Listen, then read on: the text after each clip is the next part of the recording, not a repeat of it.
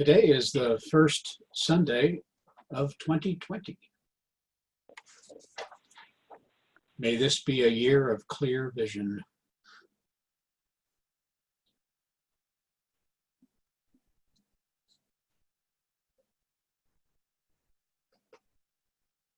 Light seeds germinate in the heart and then are recognized by the mind. An idea, an inspiration is born. Many people like to take credit for their intuitive insights and good ideas, as though creativity originated in the human mind. However, one of the brighter minds of the 20th century, Albert Einstein, is said to have said, "When the solution is simple, God is answering." That may have been his way of acknowledging that something transcendent is at work in the process of creativity. I don't know. And Albert isn't around to ask.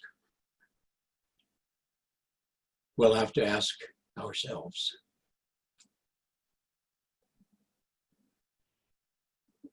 Where do the initiating sparks of illumination come from?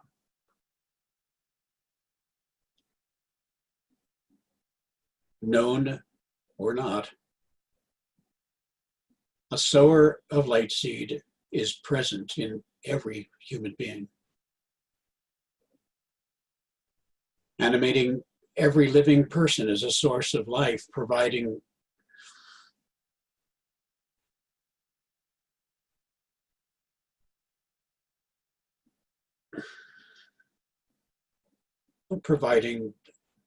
an individual focus of life current. Let's say that since we're alive, we'll accept this as empirically true. A Bible verse, mysterious to many, says, "The light is the life of men." The next line in the book of John states that the light shines in the darkness, and the dark does not, indeed cannot, comprehend it. Comprehension begins to be experienced by coming out of the dark, by waking up to the light sower's presence.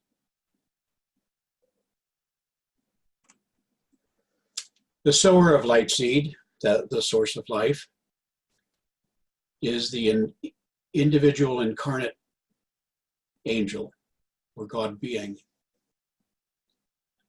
He or she has been and is with and in the human being, present from the beginning. But this isn't experienced and known until and unless the person comes around, regains consciousness. Until then, the sleeper sleeps, dreaming that he or she is awake. Some dreams are pleasant, many are nightmares, but they are all just dreams.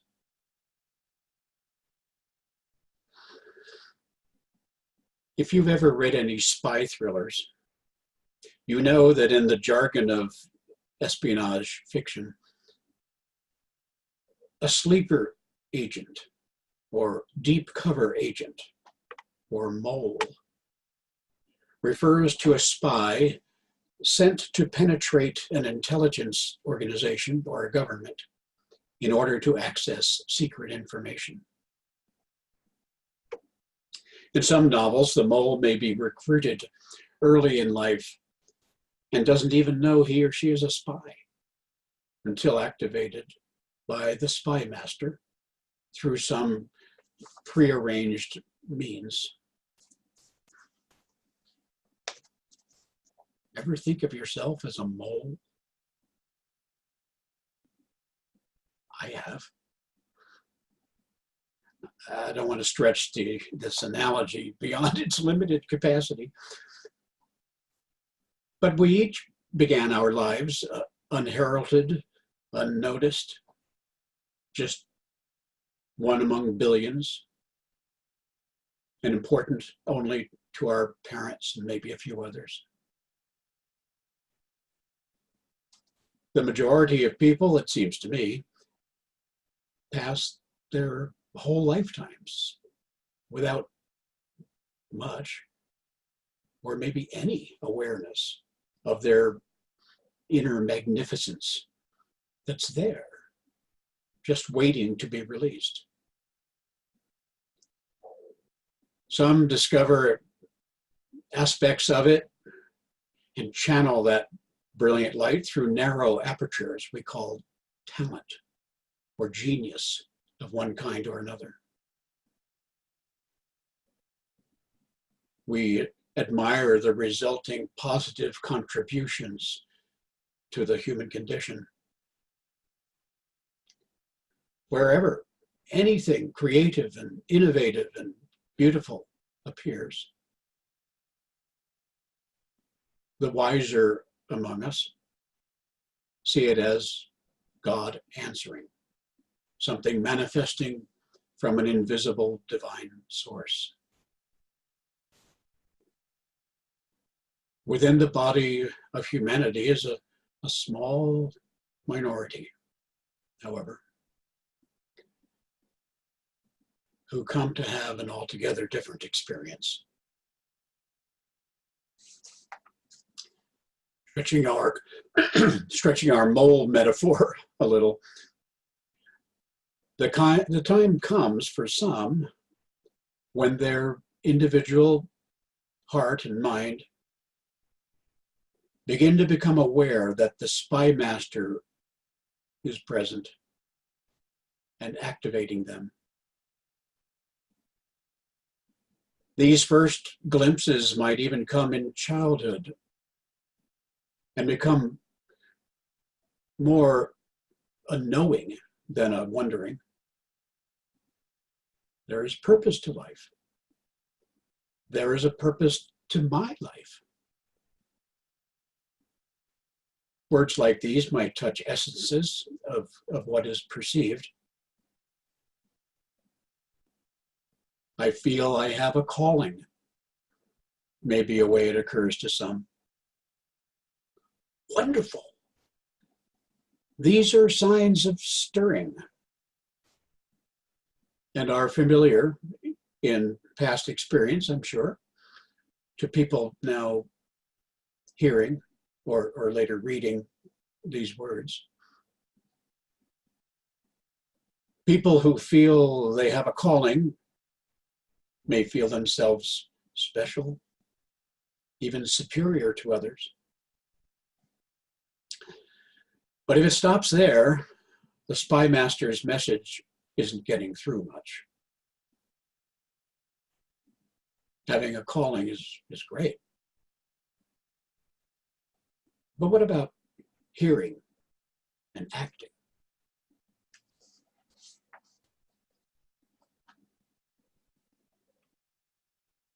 Permit me another spy novel reference to this mole or sleeper agent analogy.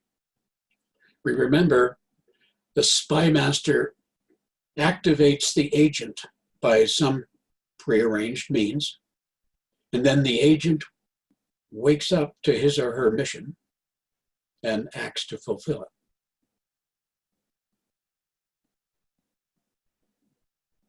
Well, the real activating call from the real master has been sounding within us and without us all our earthly lives. The prearranged means to awaken in consciousness is for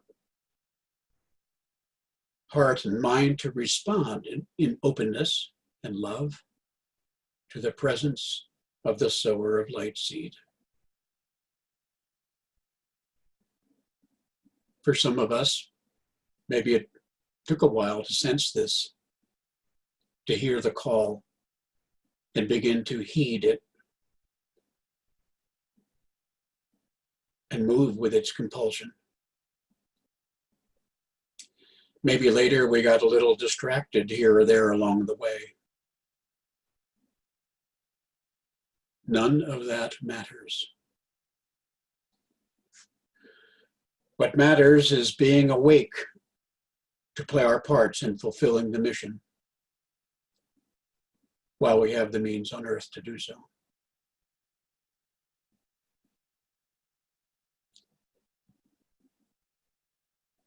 According to the dictionary, the word agent commonly means representative or deputy.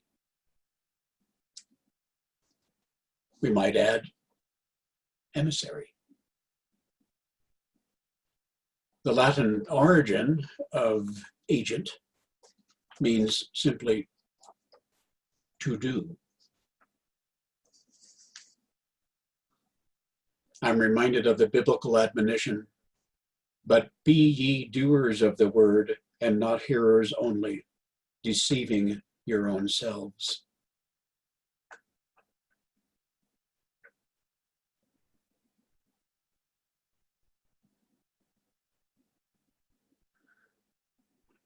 We don't see things as they are. We see them as we are.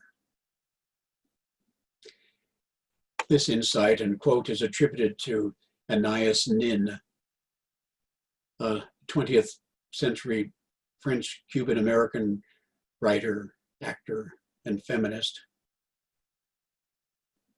We don't see things as they are. We see them as we are. How very true.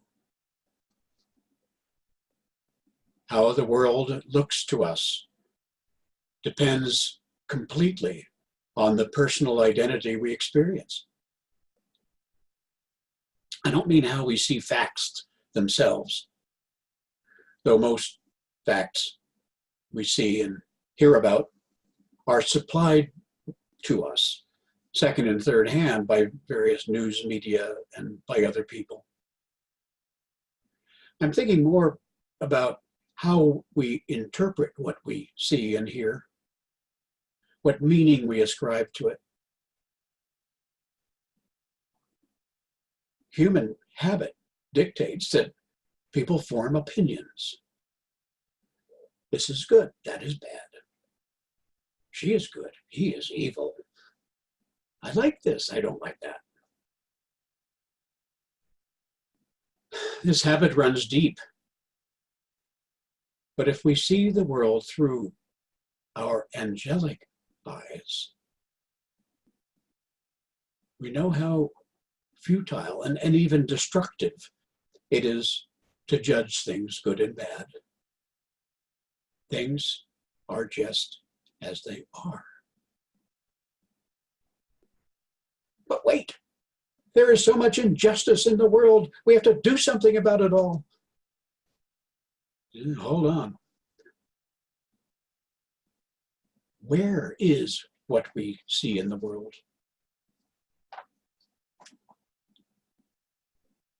Everything we're aware of is in our own consciousness, right? There may be objective reality, but how do we know it? The nature and quality of our consciousness determines how the world looks to us. So thoroughly so that people are convinced it really is the way they see it. We don't see things as they are. We see them as we are.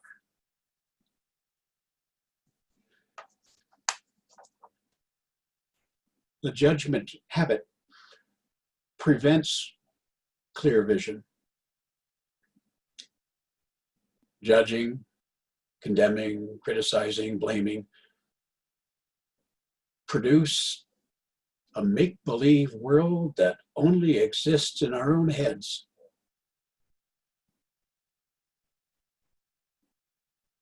If we're awake and really serving the mission as emissaries of divine light, we don't, for one thing, indulge ourselves in us and them.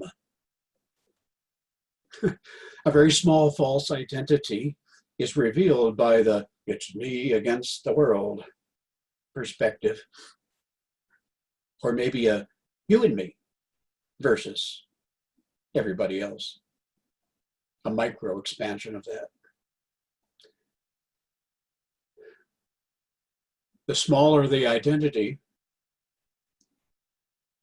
the smaller the us, and the larger the them.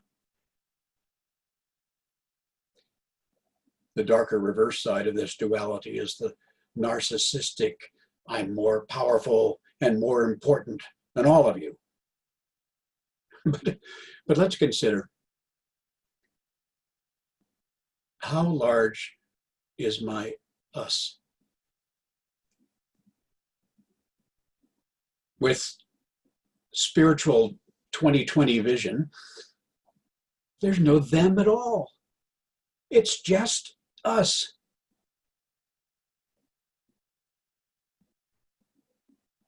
Let's try assuming that perspective the next time somebody we think we don't like does something we think we don't like.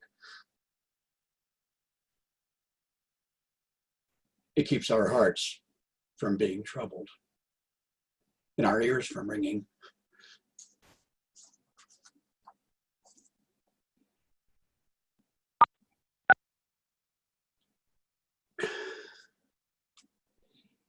Even if other members of the big us have hardly an inkling of the magnificence of their indwelling God being, we do. If we are who we really are, we see them as they really are. We can listen, and they feel heard. This alone can extend a powerful activating force to an awakening one. Remember first feeling really seen and heard by another? It's a life-changing experience, a stirring, uplifting experience.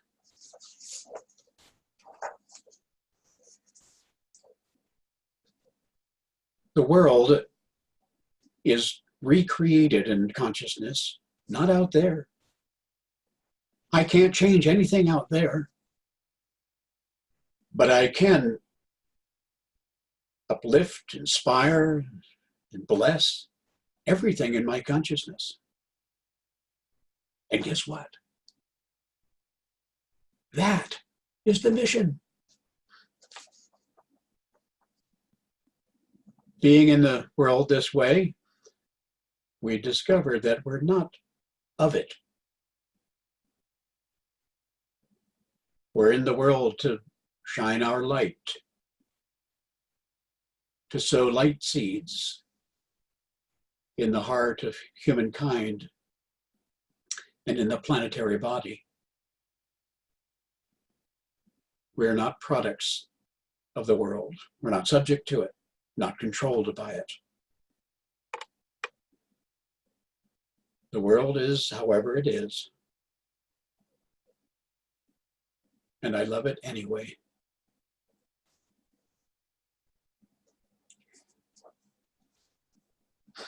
Much of the Earth's surface is hard and rocky, or frozen, or covered in salt water. Even a lot of the land inhabited by humans is pretty harsh. This is how the Earth is now. I don't see it as wrong that it is. Is the Earth in need of healing? Is humanity? Yes, I think most would readily answer. But how does it happen? Let's think of a little example of a small cut or a burn on our skin. We've all had a few of those. You can clean the wound and treat it to prevent infection while it heals. But the healing itself comes from inside. A marvelous life process, not under the conscious mind's control, but there obviously is control present through which the healing life energy works. In principle, why would life work any differently for the body of humanity and for the body of the Earth?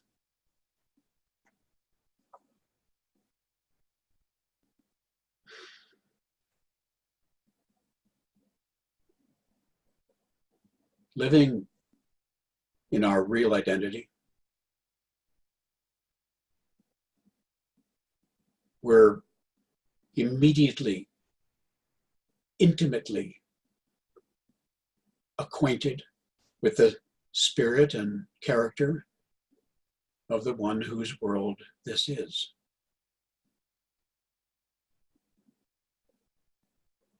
It is not just a nice sounding theory that the earth is the Lord's and the fullness thereof, the world and they that dwell therein. This is the truth.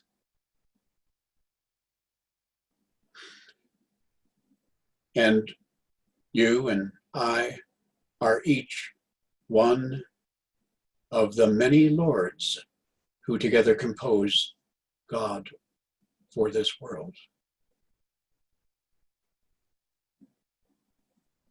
We're here to inspire the world and they that dwell therein. The Latin root of inspire means to breathe. To inspire is to breathe upon, to breathe into, to fill with an animating, quickening, exalting influence.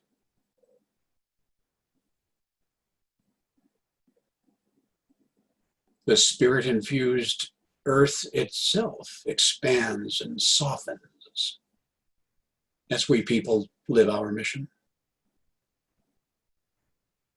This is what is really happening now. What an inspiring vision. We are aware of what is behind the happening, and we are aligned with and part of what is behind the happening. We are creator beings.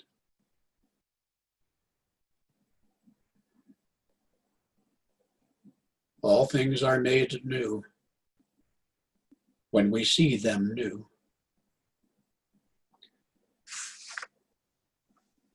New vision, new world.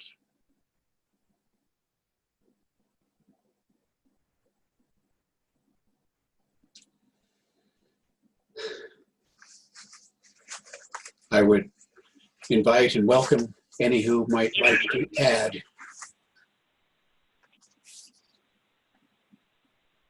John, I would love to do that in this moment.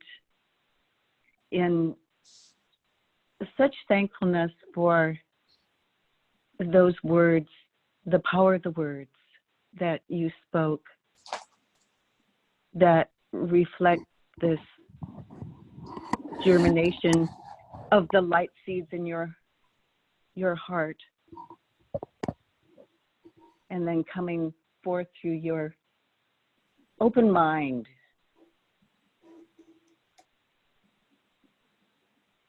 And I feel the power, such power of agreement,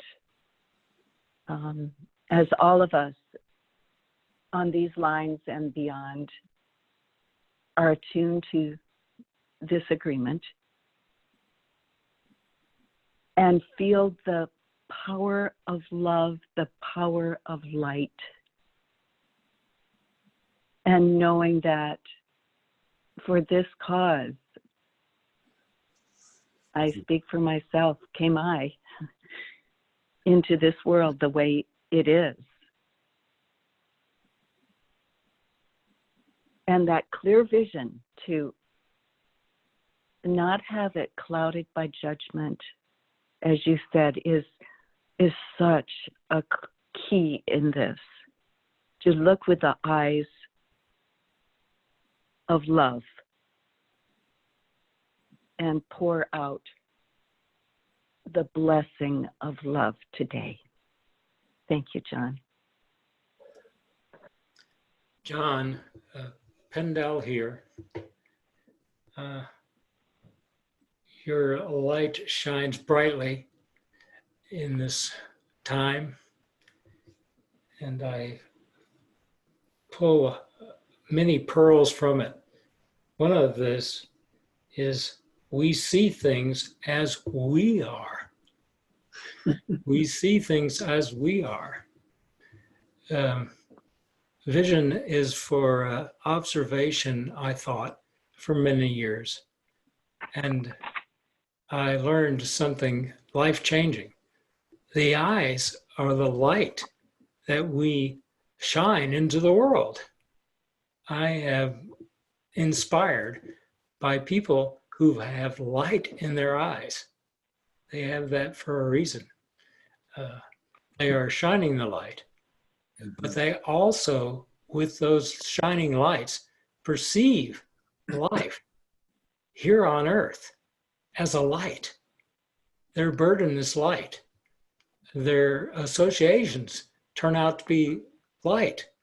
Their success is light. Their burden is light. Everything is light. Why not? We have a radiant star 93 million miles away. That's but a stone's throw, with power that is powerful enough to be merciful so we can survive in it. A stone's throw away. So the inspiration, the breathing in, doesn't take my breath away like it did before. It gives me new breath of life. And I'm happy to join you in this day. Bring him inspiration as it may find while we shine our lights. Thank you, Pendel.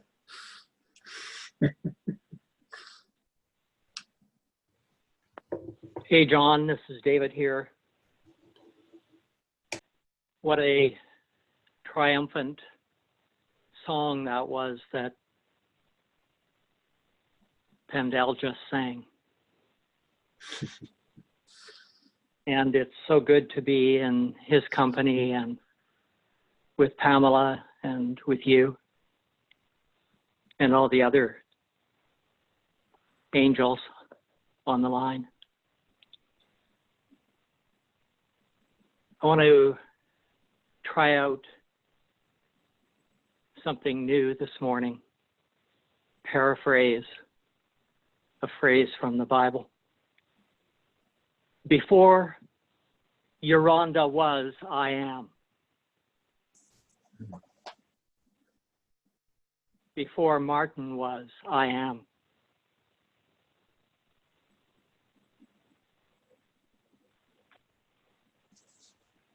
Before Abraham was, I am. Said that Abraham brought a great promise that is being remembered this morning with our 2020 vision. It also says in the book of Revelation that there were 4 beasts full of eyes before and behind. This must have something to do with vision, if there's eyes. And I thought maybe that we could consider the eye of the heart, the eye of the mind, the eye of the subconscious, the eye of the body of many members, many eyes before and behind, the I that I am, the eye cloud, 2020 vision, increasing clear vision. We see and work and engage together in that cloud, through that cloud. And we move from mole or mouse to master. As we experience that before David was, I am. So thankful for your visionary spirit and expression, John. Thank you so much. Thank you, David.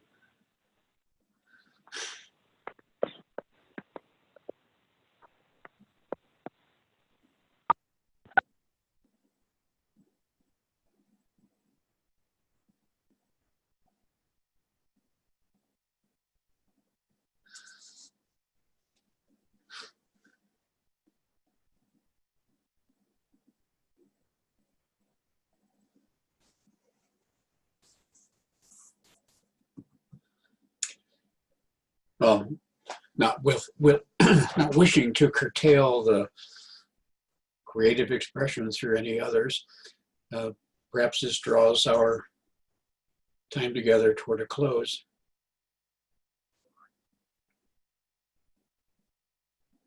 I was reminded when David was speaking about, if thine eye be single, thy whole body is full of light. That's a statement of fact.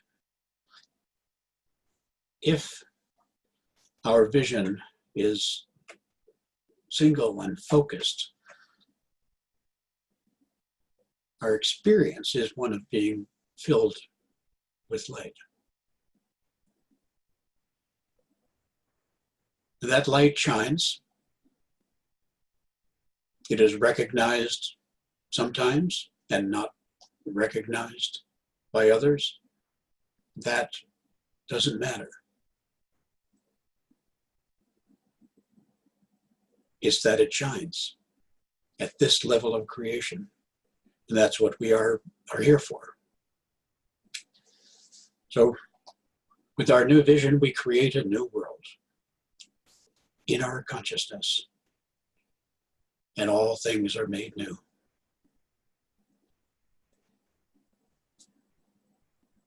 Thank you, everyone, for this